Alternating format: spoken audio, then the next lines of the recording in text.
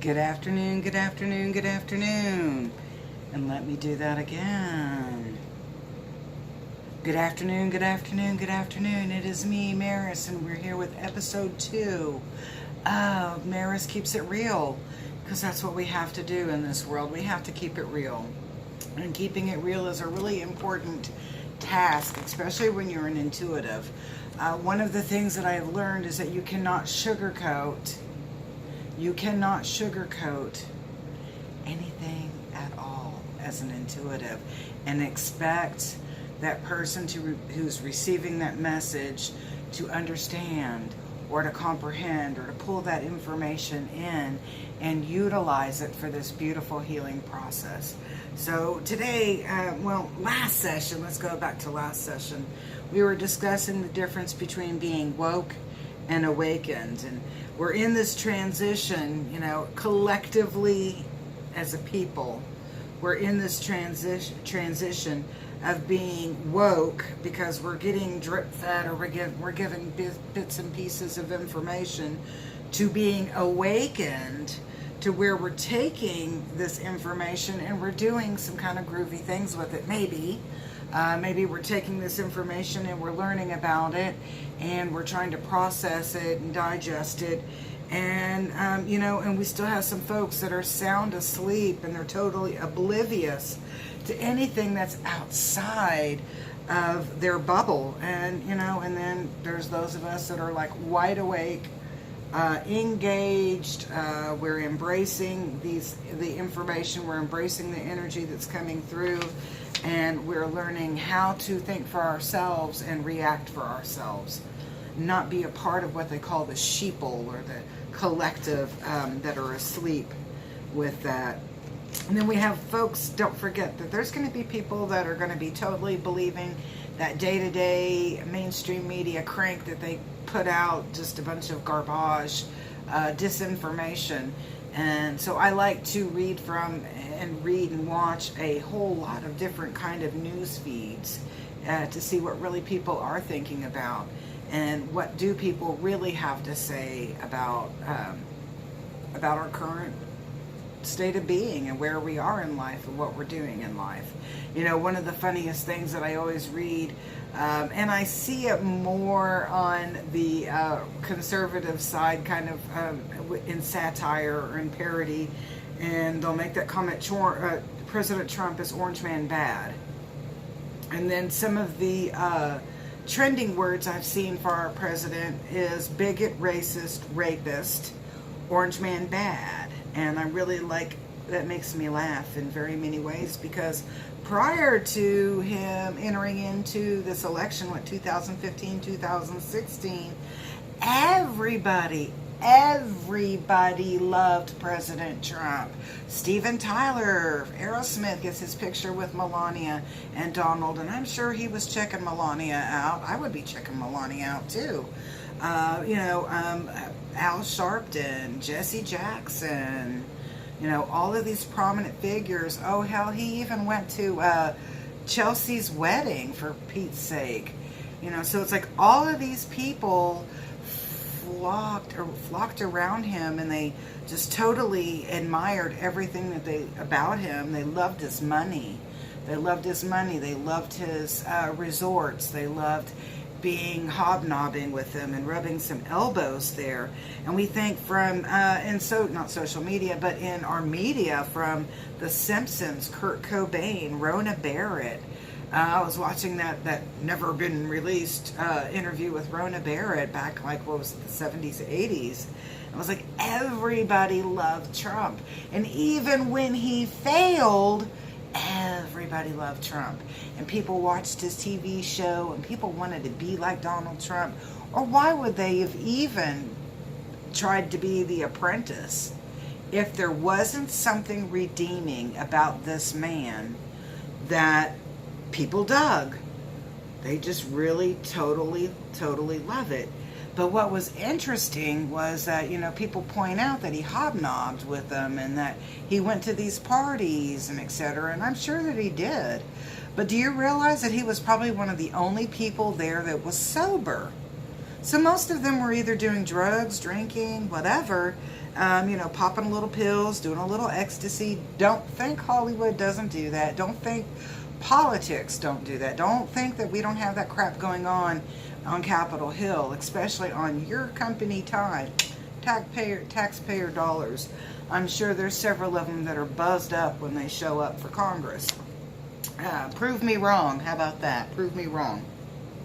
But let's look at it like this. When people imbibe, whether it's on pharmaceuticals or on alcohol, they enter into this deep state of relaxation. And often we think, oh my gosh, I'm so awakened and I'm so comfortable and I can feel this energy go through me. And they start talking, or they start acting, they start doing, they start being who they really are because they're caught off guard. Don't think that President Trump hasn't watched this for decades. Don't think he has not been observant for decades. He is as aware as the serpent and as gentle as a dove until you cross these boundaries. So he waited and he's watched and he's beyond awakened, folks. He is more awake than me, you, any medium, intuitive, whatever. He is beyond awakened. He is totally engaged in ascending in this. And he is 20 steps ahead. 20 steps ahead. It's kind of like that thought process when we were growing up. My mom, my brothers and I would be, fighting, and my sister, we would be fighting, and my mom would be standing there. She'd be in the other room. I've got eyes in the back of my head. I know what you're doing. She was just intuitive. She already knew what was going on. I'm sure she probably heard it. But the same thing with President Trump. He's already been there. He's already understood everything that's going on. And you can hate him, you can love him, but if your life hasn't been made better in the last couple of years since he's been in office, let's sit down and let's look at things in a different way, because he is pushing for the betterment of the American people, and that is something. So some of the trends that we've had since 2016 have been some more flamboyant drops or microdosing of what the elite or the cultural norm, that first in fashion, have been working on, and I think about this big change that we noticed, or I noticed maybe, was when my daughter was young and Madonna was hot, and she was wearing the bustier and the fishnet and all of these clothes, and all of a sudden we have clothing for our 7-year-olds that is like really sexual. And I was like, dang, my daughter cannot be wearing some fishnet pantyhose things at 7. I was kind of confused. And then we had, and I called that the little girl tramp dress line.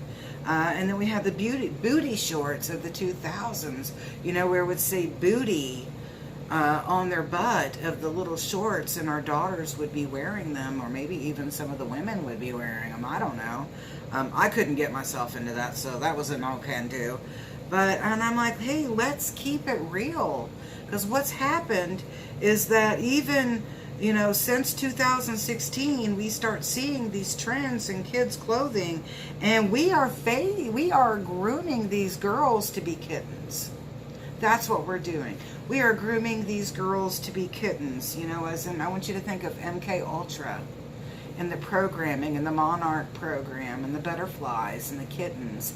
And the kittens are the ones that come across, and they're really bringing a lot of sexual temptation. I'm sure that's probably how some of Epstein's people got, caught up into what he was doing, and how he was bribing and not brainwashing, but bribing and blackmailing people for a lot of money and power and clout, and here you've got to align to me, or I'm going to tell everybody what you've been doing in your office, or when you come to my house, I'll be happy to share what you've been doing. I could just see Jeffrey just going off on this. So I've been kind of reading some of the headlines, and I saw this really kind of cool little headline, and it was discussing a book in Amazon, and like a ding dong, I didn't write it down, right? But the teaser was in regard to how we've been so focused on grooming our girls for this great divine femininity, aka Monarch programming or kittens, that we've forgotten about our boys. Well, we haven't really forgotten about our boys, but media has come in and done this gendering stuff with it. And so what we've allowed to happen is that society or social media is coming in and crafting what I'm going to call a soy boy. And haters, you can hate all day long. A soy boy is a guy that has a little to or diminished or dimmed masculinity and has difficulties following through with masculine roles. And hey, you know what? You can say whatever you want. I'm not a hater. I'm a mom. I have given birth to a daughter. I have 2 sons. And what I see in the soy boys in this is that we have boys that are complacent in society, and they have pretty much fallen to the side in their masculinity, and that's not a good thing. That really isn't a good thing, because what I'm looking at is that we are grooming them to be less than, and we have forgotten about the importance of, if we are raising divine femininity and queens, that queen, if she's heterosexual, needs a king. Okay? And if you're same sex, the same thing, you're still going to fall in to that more masculine energy role. So let's not play that Maris is a hater, because I'm not a hater. I'm just saying, in a relationship, you got a yin and a yang, and you've got a divine energy, a divine feminine energy, and you have a masculine energy. The same thing that you got on the yin yang. You have to have a sense of balance. You can't have 2 masculine energies and 2 feminine energies, or you're going to have an energy or a relationship that's going to struggle. You have to find a balance of where you are. And so we've forgotten about grooming our sons to be kings or champions. And that's a really important thing to do. But society really isn't allowing us to do that right now. And I agree with what they're saying in this teaser of the book that I can't remember. I wish I had written it down. I'm so sorry. You'll forgive me, I'm sure. You'll know I'm a little sometimes. I totally agree to what they're saying, that we have to groom our sons to have a sense of self-importance, a self-esteem, for them to be comfortable in their own skin as men. As men. It's important. Just as we want our daughters to feel comfortable in their skin as females, we would want that in our sons. But what I'm looking at here is that we are having these continued problems on identification of who we are. Identification of who we are. In spirit, what I'm seeing with the soy boys, and I'm just going to use that, and I'm going to say softened masculinity or denied masculinity, is we're seeing the rise of groups like Antifa. We're seeing rises of groups of what they call the social justice warriors. They're very angry. They're very angry when they get up on that keyboard, and they are going off. And they're only angry here and here and here. They're not doing anything with their anger but this. That's what I mean by soy. They're soft. They're not taking the energy that is causing them to feel a particular way or look at things in a different way. They're not doing that. They're absorbing this anger and they're taking it out on the keyboard. And then what we also notice now is we have this rise in pedophile groups. And they want us to accept pedophilia as if it is just a second nature. And it's really not a second nature. They have been practicing pedophilia since probably the dawn of man at some point in time. And then spiritually speaking, religiously in many of your Molochs and your House of Baal and your different groups of 3, 4, 5, 10,000 years ago, they were definitely practicing a lot of pedophilia, and a lot of children, because of that innocent blood, were sacrificed in the name of whatever god they were worshiping at that time. So we have a lot of issue going through there. Now, so kind of going back to how our society has neglected the male gender, the little and the young boys in order to push this ultra female agenda. And hey, I'm cool with that, because we've neglected our girls for a long time, putting them into submissive position. And so it is time that we bring them out. But I'm like, no wonder with this pushing of this demasculating our boys, that we have this cliquish group, and I'm telling you, it's a cliquish group of transgender boys, or the drag boys. You know, I'm talking about, Desmond is amazing, and some of the other ones. He's just a little bit more in my head, as I've seen pictures with him coming off of Rachel Chandler's page and etc. It makes me wonder, what's Rachel Chandler doing with Desmond? Didn't she work for Jeff? Food for thought. So I was sitting there thinking about how they're grooming these drag boys, and what's really similar in nature is the Afghanistan, the bocce boys. You know, when they take the young boys when they're 5 to 10 years old, and they start grooming them like girls. They put them in dress and drag, and they teach them how to walk and how to dance and how to sing and how to prance. And then they'll entertain all of these Afghani men, or these what I'm going to call extremist men. And then the men pick up these boys and take them off and have sex with them. Okay, we are creating a American bocce boys by allowing these drag boys to be groomed and marketed, manipulated. We're allowing that to happen, folks. Let's keep it real. Let's keep it real.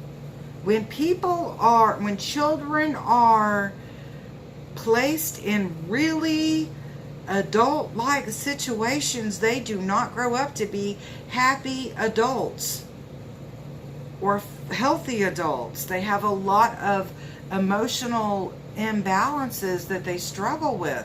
What are we doing? What are we doing to our kids? You know, I'm even thinking about, when we look at this ambiguous look in Hollywood, we had 2 movies, and one of them's like from the 90s, 80s, 90s, and the other one was from 2000s. We had in Hollywood, we had the movie Stargate, and if you'll remember, when they opened up the portal and they end up in the other planet, the despotic Ra. I couldn't tell if it was a he or a she. It was very androgynous there. And then in Constantine, I love me some Keanu Reeves. Oh, he's got my heart. In Constantine, the Archangel Gabriel, I couldn't tell. I think it was played by a female, but I'm like, I always thought Gabriel was a dude. But hey, okay, androgynous, hey, fluid, I can go with that. These are characters, and I'm looking at them as more spiritual characters in that. But we have an identity crisis in these movies, and even, what is her name? That Jessica Yaniv, with 16 complaints, that the transgender person that's out of Canada, that's suing all of these beauty salons because they didn't want to wax his genitalia. I'm here in Oklahoma. I don't want to wax your genitalia. I don't want to mess with your twig and berry, okay? No, hell no, it won't happen. Not here. I'm no longer a nurse. I was an RN, and I did things medical just because I had to, and I was a good nurse. I took care of my patients. But you can't pay me to wax that. And I'm looking at some of these headlines, and they're talking now like it's Canadian law. You got to be waxing twigs and berries. Oh, hell no. Come here, Canadians that are saying, come move here. We'll take care of you. All I've noticed is that we're just getting lackadaisical. We're getting lackadaisical on how we really engage in things, how we maybe feel or quasi-feel about anything until it's blatantly in our face. And then we have to sit there and muddle through all of the minutia and the garbage. And I think about it. One thing that was really interesting is that most conservatives or Republicans are red-pilled souls. You don't even have to be a conservative or a Republican to be red-pilled. We just like to live life with family and friends, experiencing harmony, doing your thing, I do my thing, and together we can find peace between us. No harm, no foul. Be kind to others, respect boundaries, be accountable to your choices. Do good unto others, and you know what? It's all good between me and you, because I'm going to live my life and you live your life, and as long as we're treating people well, we're okay. But when we feel threatened, we don't go on a defense, folks. Not red-pilled folks. We go straight to the offense. And yet with a Southern kind of style, a Southern charm kind of style, shall I say. Until you push us to the point of direct offensive moment. I want you to think about President Trump. They don't push him, push him, push him. He says things and media never reports it. So he has to get on Twitter or he has to get on Facebook and he has to get blunt with what it is in order for we as a people to understand. And that's what we see unfolding out in front of us. Some are woke and see this phasey glaze and often are wiping the sleep out of their eyes. And others were wide awake and bright-eyed and bushy-tailed, and we see what's going on. And some of us sit back and some of us talk. And some of us do, like Bill Pulte. I love that guy, P-U-L-T-E, Bill Pulte. He's on Twitter. He's a philanthropist. And man, this guy is teaching us how to love and be kind and share. And there was even one time I saw him and David Hogg, which most people are like, I can't stand David Hogg, the one that came from Parkland, that they were even working together on something. And I'm like, hey, is that not just beautiful that Bill's teaching us this? Now the choice, the accountability is what you do with all this information, this network of knowledge. Do you stay in the semi-sleep of accepting of what is and what isn't, or what is they churn to tell us is a gospel? Or do you question the deluge of information and look deeper to understand? The truths of the world are harsh and brutal confessions of how one seeks the shortcuts to fame, fortune, and power. They prostitute their spirit to an ever-ravenous nature that eats away at your soul. So this is why they all look like hell. Like Bill and Hillary and Jeffrey, who are like looking very stressed out. Yeah, you know, you have to be constantly feeding that ravenous nature, whether you are a Luciferian and doing magic, or you are a cannibal, or you're a pedophile, or whatever. You've got this insatiable appetite that is very negative and demonic in nature. And you have to feed it, and you have to keep feeding it more and more and more. Think of that little shop of horrors, and the plant keeps getting bigger and bigger and bigger and bigger, and it eats people. Okay, that's, metaphorically speaking, that's what happens with them. Ooh, and so they either have to consume that elixir to that distinct moment of a terrific surrender. You know, it's like an addiction for them, as that narcissistic abnormal flow of neurotransmitters flow through the blood, feeding the primal areas of the brain to create a euphoric bliss as their nation struggles. Yeah, that's a truth. They have peddled pedophilia for decades now. The tortured, tormented waif youth. I want you to think about Rachel Chandler and her up-and-coming models that she used to put up on her Twitter and her social membering. That disgendering of children with clothing lines such as new, NU. And did you realize that Nun, N-U-N, is the Egyptian god of chaos? And you can use the derivative of Nun, N-U, as like its nickname. So when they say new as that little clothing line, they're actually conjuring up chaos. That they're conjuring up that Egyptian god by saying his name 3 times. You give it power. So from now on, just like Candyman, Bloody Mary, Jesus, Mary, Joseph, Jesus, Mary, Joseph, Jesus, Mary, Joseph. All right, so from now on, we're just going to call it none to the third on that.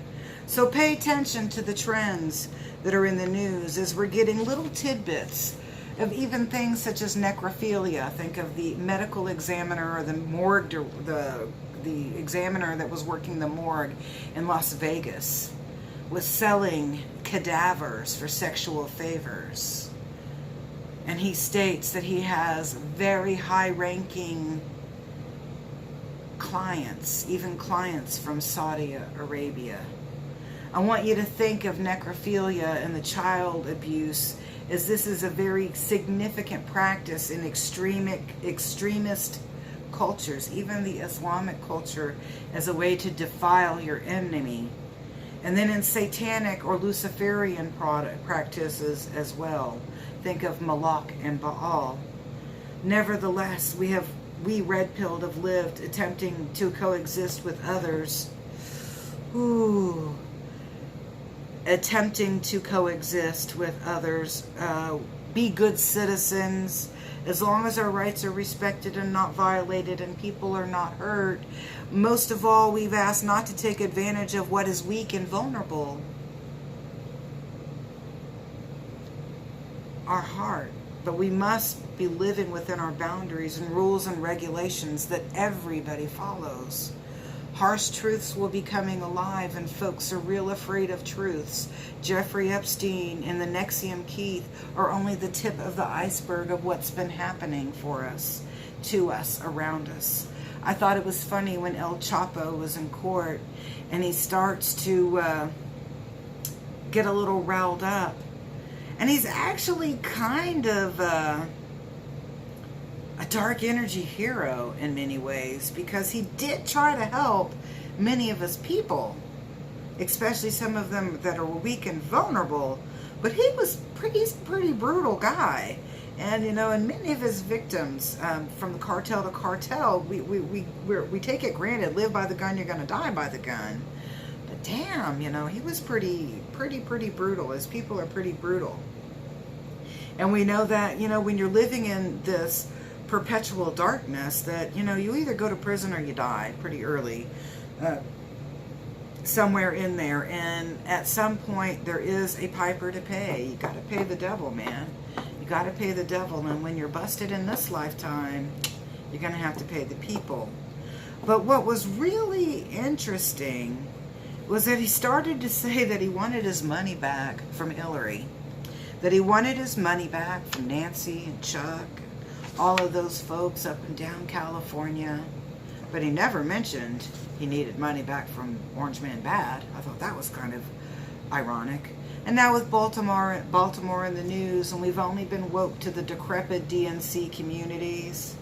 Now we're going to start getting involved. Thank you, Scott Pressler. Thank you, Bill Pulte, on that. The decrepit DNC communities that perpetuate poverty, although agencies were paid billions of dollars otherwise to assist these communities and lift them from chains of poverty. Oh no, I think that lined particular people's money. Maybe they were buying hot dogs at $65,000 a whack for a party. And we know what you're talking about. We know what I'm talking about when I'm mentioning hot dogs, just like cheese pizza. Let's not play dumb. Let's keep it real. Don't think that these government officials and these highfalutin people were not taking your money and utilizing them to hurt the others, such as our collective people here. They have been committing these crimes for fame, power, fortune, and they have been serving a very dark entity. And with that in mind, let's remember that this plane is no longer high-flying and adored. Yes, the light is starting to see through, and it's become very apparent with, and this was the first big apparent part to me, was when Nancy Pelosi was trying to get to the airport back earlier, was it this year? Earlier this year, with 150 plus of her besties. and family members, and they were trying to get on a government airplane to go overseas, probably to Venice. I think it was they were going to go to Geneva, and we all know that in Geneva they have a pretty big Luciferian complex there. Yeah, they do. And so their plan was foiled, but at the same time that they were allegedly going to be getting on this airplane, that same time frame, we had someone with a foiled plot that was allegedly going to attack the White House. So that gets shut down, and Nancy gets shut down. Keeping it real. So what's happening is that that plane is starting to crash, and that we have a group of people that are lifting up, and they are wanting to stop these renegades that are blatantly defiant of the current administration of President Trump, but they're blatantly defiant and abusive of the human people, of the American people. And that is where everybody is starting to wake up, mostly everybody, and they're starting to see this. They are so consumed, the other side is silencing forever, that they've been really showing signs of neglecting their people. You know, let's take a look at Baltimore, Chicago, New York City, San Francisco, LA. What about some more of the alphabet cities, you know, with the acronyms there? The last 2 years have been a horrible, horrible reflection of the DNC and what the leaders have done or not done for the people. Now, the Republicans, and I'm going to call them the weak league Republicans, are beginning to surface. And we the people can handle that, just like Justin Amash. Just as we have the confirmation of those that have long believed to be hurting us, actually have been. And we're starting to see this, and we're going to dismantle that elite group. And we can release this incessant bondage with those who've led us astray. Think Obamacare, believing we were enriched by our communities, only to find that they were taking advantage of us and the weak and the vulnerable. Think about NXIVM and groups like that. NXIVM even incorporated daycares where they were taking parenting, their paradigm was taking parenting away from the parent, and they were subjecting your children to extreme programming. Criminy, really? And I'm not talking about the good kind of programming. I'm not talking about loving and nurturing. It was a lot of incessant bullshit. More of this stuff is going to start coming to light. And you'll have choices during this awakening on how you're going to react and when you're going to react, and to what matters will stimulate your heart for a change. I feel a sense of sorrow for those who perpetuate these sins and crimes. And I'm using sin real loosely. I believe that many wanted to have that golden life and were really not sure on how to incorporate integrity and hard work on their path.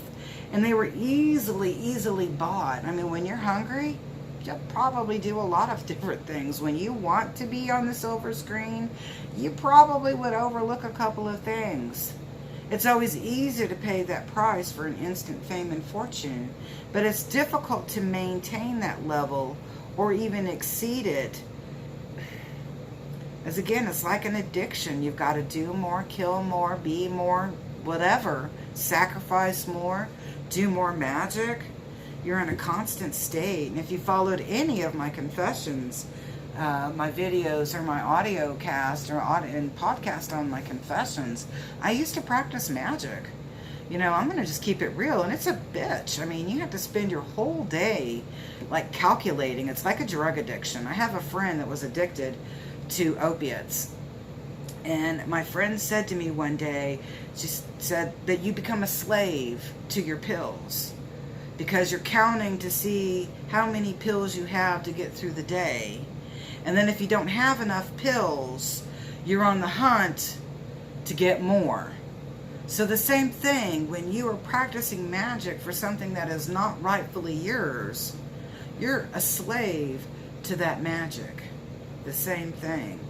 When you sell your soul to the devil, figuratively, literally, metaphorically, metaphysically speaking, you never stop paying. that antes are always up until the day you close your eyes forever. All right, folks, enough of that. Let's think of cool, happy things. Scott Pressler, the persistence. He is a red-pilled. I love this guy because he tries to be joyful and really harmonious, and tries to really reach out and connect and help people understand. And he is, the beautiful thing is he's been organizing a cleanup in Baltimore, and it's somewhere the first week of August. But I would just look that up. It's Scott Pressler, Scott SCOTT Pressler, PRESSLER. He's the persistence on Twitter. And he'll have more information. Plus he has a website, and I think it's scottpressler.com, something to that effect. And so Scott's organizing a cleanup of Baltimore. We as people can get together with our communities, and let's start cleaning up our communities. Let's make it a better place. Make it a place that we feel peaceful and harmony, and we can let love grow, and we can let light shine. So today, for the rest of the day, just for today, no, we can think about this every day, right? Walk in the light. Embrace the harmony. Give upbeat, positive rhythm of love to others. Fear not what is in the dark, as each dawn will illuminate what lurks in the dark. Be loved, share a random act of kindness. Even if that means that all you do is give somebody a smile, it might make their day totally worthwhile. Keep it real. Much love. Maris.